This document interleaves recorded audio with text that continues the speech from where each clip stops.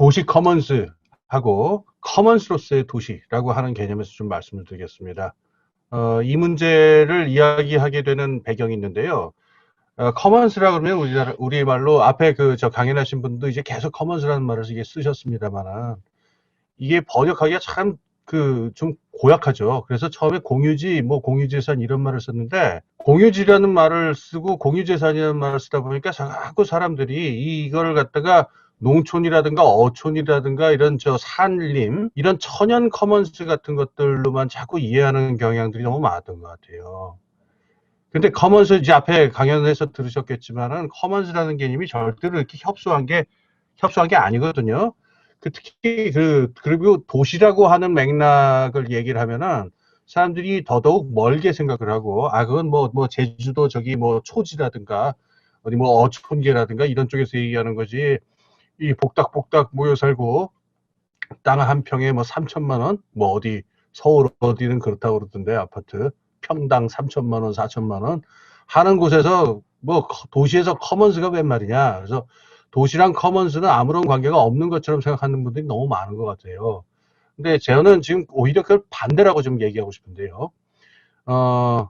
오스트롬 같은 경우에 보면은 그 천연 커먼스들을 주로 많이 이야기를 한 것 같아요. 물론 그것도 중요하고 중요한 함의점을 갖고 있습니다만은 지금 21세기 상황에서 우리가 지금 닥쳐있는 뭐 생태위기라든가 불평등이라든가 여러 가지 사회적 문제를 푸는 데 있어서 좀 더 못지않은 적실성을 갖고 있는 게 저는 도시에서의 커먼스라고 생각을 합니다.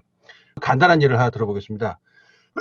여러분, 층간소음 문제 있죠? 그 층간소음 문제가 왜 생기냐면요. 저는 이거를 이게 제가 만든 개념이고 제가 쓰는 개념이고요. 여러분께 드린 자료에도 나와 있습니다만은 사유지의 비극이라는 말을 저는 써요. 이 말에 조금 맥락이 있죠. 공유지의 비극이라는 말씀을 개념을 아마 다 들어보셨을 거예요. 굉장히 유명한 개념인데, 그러니까 공유지라든가 공유재산은 네 것도 아니요, 내 것도 아니요, 누구의 것도 아니니까 막 이놈도 갖다 쓰고 저놈도 갖다 쓰고 아무도 관리 안 해가지고 결국은 황폐해져서 모두 다 망하고 만다. 이게 공유지의 비극이다. 뭐 이런 종류의 내용을 담고 있고 경제학자들이 이런 얘기를 많이 해요. 이걸 공유지의 비극이라고 하는데 저는 거꾸로 사유지의 비극이라는 걸 말하고 싶어요. 뭐냐면은 커먼스가 될 수밖에 없고 커먼스가 돼야만 하는 걸 갖다가 굳이 이걸 갖다가 사유재산이다라고 재산권을 설정을 하고 네 거다 내 거다 하고 싸우다가 다 같이 망하는 사태. 저는 이게 사유지의 비극이라고 생각을 하고 21세기 자본주의의 경우에는 적어도 제가 볼 때는 못하지 않습니다. 공유지의 비극 때문에 생겨나는 비극보다 사유지의 비극 때문에 생겨나는 일이 더 많습니다. 이 사유지의 비극의 개념을 아주 쉽게 설명하기 위해서 쉬운 예를 하나 들려는 게 아까 제가 잠깐 얘기했던 층간소음 같은 겁니다. 층간소음 때문에 뭐 글자 그대로 살이 나는 일이 많죠. 사람들 막 싸우고 그럽니다. 근데 층간소음 문제가 왜 생기느냐? 간단해요. 이게 사실은 공유지 커먼스가 될 수밖에 없는 걸 서로 사유재산이라고 우기다가 되는 건데 우리 집 천장은요 그 윗집의 바닥입니다. 그렇죠? 공동주택, 도시에서는 공동주택이라고 하는 형태가 주된 지구 형태가 될 수밖에 없고 공동주택을 지어서 이걸 갖다가 뭐 용적률을 높여가지고 막 몇 층 계속 올리다 보면은 결국 천장과 바닥을 윗집과 아랫집이 공유하는 공유재산 커먼스가 필연적으로 생겨나게 되는데 이사를 들어온 윗집과 아랫집 어두구도 이게 커먼스다라고 하는 생각을 안 해요. 이건 자기 집이라고 생각을 해요. 그래서 자기 집의 모든 공간 안에서는 먹고 다니든 가족끼리 무슨 테니스를 치든 말든 우리 사유지다라고 하는 생각들을 갖고 있는데 그래서 제가 층간소음 얘기를 하고 있는 이유가요. 이 어반 커먼스라는 개념을 제가 우선 설명을 할 거고 그 다음에 층간소음 얘기를 다시 들어갈게요. 아까 말한 대로 이 개방지, 오픈필드랑 커먼스는 완전히 다른 거고 도시에서는 커먼스, 그러니까 오픈필드가 아니라 커먼스 개념이 굉장히 중요하다는 말씀을 제가 드리는데 층간소음의 예를 듭니다. 지금 층간소음 문제를 갖다가 지금 서울시 같은 경우에는 제가 살고 있는 서울시 같은 경우 어떻게 자꾸 얘기를 하냐면은 윗집하고 아랫집이 서로 사랑하고 이해하는 마음으로 이걸 해결을 하라고 그래요. 이건 말도 안 됩니다. 제가 보기엔 그 상황에 안 닥쳐보신 분들이에요. 이게 좀 문제가 심해지면요 정말로 살인도 납니다. 살인도 나고 저는 윗집 아저씨가 그 야구바타 들고 와가지고 막 휘두르는 거 본 적이 있습니다. 이 문제는 왜 벌어지느냐 어번 그러니까 도시라고 하는 환경은요 제한된 공간 안에서 굉장히 많은 사람들이 살고 있고 거기서 창출되는 자산의 핵심적인 본질적인 성격은 무형자산이에요. 지식이라든가 정보라든가 등등 하는 무형자산이기 때문에 도시는 집적이 될 수밖에 없고 무엇을 이걸 분명히 누구의 사유재산이라고 말하기 힘든 애매한 부분들이 너무나 많습니다. 근데 만약에 이걸 갖다 공유재산이라고 그러니까 커먼스라고 인정을 안 하고 여기 다 이름표를 붙여서 누구의 사유재산이다라고 이름표를 붙여버리면은 제가 아까 말씀드린 사유지의 비극이라고 하는 게 나타난다라고 하는 말씀인데요. 그 전형적인 예가 바로 이 층간소음 문제입니다. 우리가 살고 있는 그 집에 그 천장은 있잖아요. 윗집의 바닥이잖아요. 그렇기 때문에 동일한 시멘트 덩어리입니다. 동일한 콘크리트 덩어리인데 이 동일한 콘크리트 덩어리는 이게 도시의 현실입니다. 윗집하고 604호하고 504호가 공유하는 커먼스예요. 그런데 504호도 604호도 이게 커먼스다라고 하는 생각을 안 가지고 있으니까 자기 집안에서는 그냥 사유재산이라 생각하고 마음대로 그냥 살아요. 막 축구도 하고 야구도 하고 애들 뛰고 막 뻘거벗고 가족들 펄펄 뛰고 좀 그런데 이걸 놓고서 윗집 아랫집이 그렇게 하면 문제가 안 생길 수가 없죠. 이게 그래서 공유지의 비극이다라고 잘못 알려지는 건 사실은 개방지 오픈필드 개방지의 비극인 거예요. 여기서 개방지의 비극이 생겨납니다. 싸움이 벌어지는데 이때 경찰 아저씨 불러온다고 하더라도요 개입 못해요. 경찰 아저씨가 개입할 수 있는 거는요. 아까처럼 그 한 사람이 뭐 빠따를 휘두른다든가 이런 폭력 사태가 벌어지면 거기에 한해서만 개입을 하지. 이 분쟁 자체는 지금도 어떻게 보면 도시 지금 서울시 같은 경우도 뭐 서로 대화를 풀어라 자꾸 이런 식으로 좀 얘기를 해요. 이러지 말고 이거는 지금 현실적으로 도시에서 커먼스가 발생할 수밖에 없는 거를 갖다가 오픈 필드로 놔두고 있는 거니까 이러지 말고 층간소음의 그 문제가 되는 이 콘크리트 덩어리 504호와 604호 사이의 콘크리트 덩어리는 커먼스라고 규정을 해야 됩니다. 504호 주민과 604호 주민과 그다음에 그 주변 이해관계 당사자들 그 야구바타에 맞을 뻔한 그 404호 주민이었던 뭐 이런 사람들까지 각자 어떤 의무와 권리와 책임과 관리를 하고 있는가라고 하는 것들을 갖다가 명시적으로 해가지고 도시 준칙을 정해놔야 돼요. 그래서 필요하다면 데시벨을 측정을 하기도 하고 이렇게 적극적으로 커먼스 개념을 들어와야 이 층간소음 문제가 풀리지. 이게 지금처럼 오픈필드를 하면 안 된다는 겁니다. 제가 지금 층간소음 얘기를 꺼낸 거는 아까도 말씀드렸지만 제가 무슨 이 문제의 전문가라서 그런 게 아니라 도시라고 하는 데에서 그러니까 산림과 어촌과 농촌에만 커먼스가 있는 게 아니고요. 도시에 얼마나 많은 커먼스가 있어야 되는지 한 예를 들라고 제가 드린 말씀입니다. 사람들이 제가 의식을 못 하는데요. 그 동네 놀이터도 커먼스입니다. 이 동네 놀이터를 갖다가요. 잘 관리하면은 아주 훌륭한 동네 재산이 되는데 제가 아는 어떤 동네에서는요. 그 동네 놀이터를 가지고 그 키즈 카페처럼 만들어서 관리를 해요. 동네 주민들이. 그래서 그 애 기르는 그 어머니들 거기 나와가지고 애들 그 풀어놓고서 같이 수다도 떨고 얘기도 하고 그리고 여기에 그 아이들을 하고 놀아주는 자원봉사자가 가끔 나와요. 그 시간 정해놓고. 그러니까 아이들하고 같이 놀아주고 놀이 가르쳐주고 하는 사람들도 있으니까 얼마나 좋아요. 어머니들은 거기서 편하게 이야기하고 아이들은 그 놀이 지도사에 따라서 같이 재밌게 놀고. 이렇게 되면은 도시에 있는 그 버려져 있는 그 놀이터, 녹슨 철봉의 놀이터라고 하더라도 훌륭한 이걸 커먼스라고 생각을 한다면은 아주 훌륭한 저걸로 바뀌게 됩니다. 이걸 옛날에 굉장히 잘 알고 있었던 사람들이 있었는데 바로 베니스 사람들이었습니다. 베네치아. 이 사람들이 옛날에 스스로 물어본 적이 있어요. 우리는 전 유럽에서 그 베니스가 인구는 굉장히 많았습니다. 한 2, 30만 당시로서는 굉장히 많은 인구였는데 전 유럽에서 가장 잘 사는 지역이다. 근데 인구 2, 30만 밖에 안 되는 우리가 왜 가장 잘 사느냐라고 하는 걸 스스로 물어본 적이 있었는데 대답은 이런 거였습니다.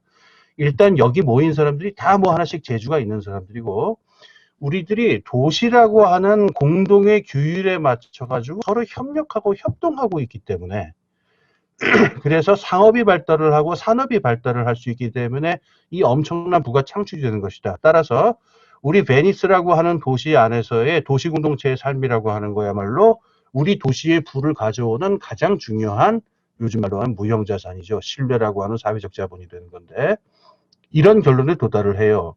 그래서 이 사람들이 도시에 있는 그 어떤 수도라든가 상하수도라든가 놀이터, 뭔 놀이터는 아니겠죠. 상하수도라든가 방어벽이라든가 도로라든가 물길이라든가 이런 것들을 시민들 모두가 스스로 관리하기 위한 여러 가지 룰들을 만들어야 된다. 이런 생각들을 하게 되죠.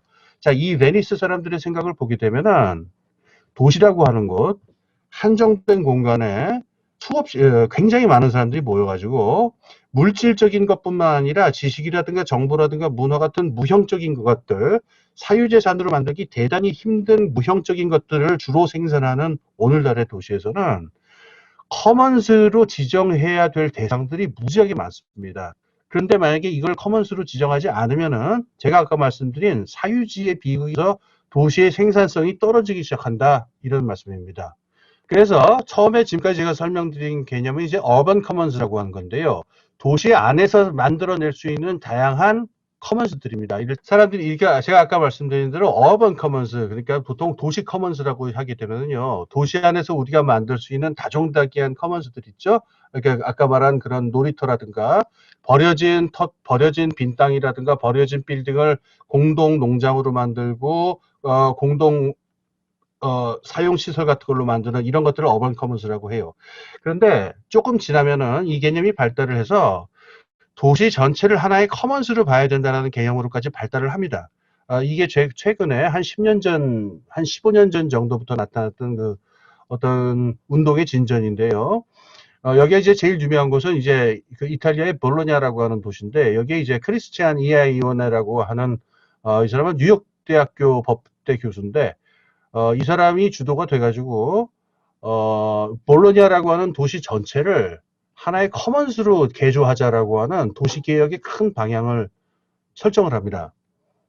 그래서 볼로냐 규약이라고 하는 유명한 문서를 갖다가 결국 볼로냐시가 이제 채택을 하게 되는데요. 여기에 보게 되면은 도시 전체를 갖다가 새롭게 커먼스의 개념으로 완전히 다시 본다라고 하는 것을 밑에 깔고 있습니다. 그래서 도시 전체의 재산이라고 봐야 하는 범주가 어디까지인가? 그리고 그 범주에 해당하는 것들에 대해서 시민들은 어떠한 권리를 가지고 있느냐에 대해서 포괄적인 규약을 마련을 해요. 그럼 이렇게 되면은 개별 하나하나의 그 낱개의 도시 커먼스가 있을 뿐만 아니라 도시 전체를 컨스를 바라보게 되면은 새로운 방향으로 움직일 수가 있게 되죠. 이게 도시로서의 커먼스 개념입니다. 이 개념이 어떻게 적용될 수 있는지 하나의 상상을 해보겠습니다. 이게 과연 실현이 될지 어떻게 될지 모르겠습니다만, 서울시의 경우에 아마 대구시도 지금 어떨지는 모르겠어요. 지금 학령 아동이 급격하게 감소를 하면서 옛날에는 농촌에서 폐교가 나타났는데 지금은 도시 폐교가 지금 계속 나타날 것 같아요. 그래서 지금 지금 폐교 위기에 처한 학교가 어디가 있냐면은 서울의 그 종로라고 제일 번화한 거리가 있죠. 그 종로에 그 낙원상가 뒤에 보면은 이름이 교동초등학교인가 있습니다. 예, 우리나라에서 제일 오래된 초등학교예요. 구한말에 맹그러진 그 초등학교인데 여기가 지금 폐교가 될 지금 상황입니다. 근데 한번 생각해 보세요. 여기 땅값이 얼마겠어요? 그 종로하고 안국동 사이 거기니까 이거를 갖다가 땅값을 하면 어마어마할 텐데 지금까지 그럼 이런 땅이 나오면은 이거를 어떤 식으로 활용을 했느냐? 이게 지금 뭐 서울시 건지 아니면 뭐 종로구 건지 아니면 무슨 뭐 법무부 건지 그건 저도 잘 모르겠는데 그 어떤 경우는 뭐 철도청이 쥐고 있기도 하고 그런데 교육부가 제가 생각에 아마 교육부가 가지고 있을 겁니다. 학교들이니까. 그러면은 이 학교에서 이걸 갖다 보통 매각을 해가지고 그걸 사들인 업자들이 여기다 호텔을 짓거나 빌딩을 올리거나 또 뻔하죠. 이런 식으로 일이 진행이 되는데 만약에 이제부터 나오는 폐교를 갖다가 원칙적으로 이 공동의 교육 자산은 도시 커먼스로 바라봐야 된다라고 하는 어떤 규칙이 있다라고 한다면은 여기는 공동 주방이 만들어지고 공동의 도시 농업이 행해지고 그 다음에 그 인근 지역과 주변 사람들이 함께 관리하는 아주 소중한 도시 커먼스로 여기를 활용을 할 수가 있어요. 운동장에서는 도시 농업을 하고 교실에서는 교육과 돌봄과 그다음에 식당, 레스토랑 경영이 이루어지는 형태로 폐교를 전환을 할 수도 있을 것입니다. 이렇게 되느냐 마느냐를 결정하려면은 아시겠지만은 이게 말이 쉽지. 이 폐교를 둘러싼 법적 규제와 그다음에 소유권 문제와 이게 얼마나 복잡하겠습니까?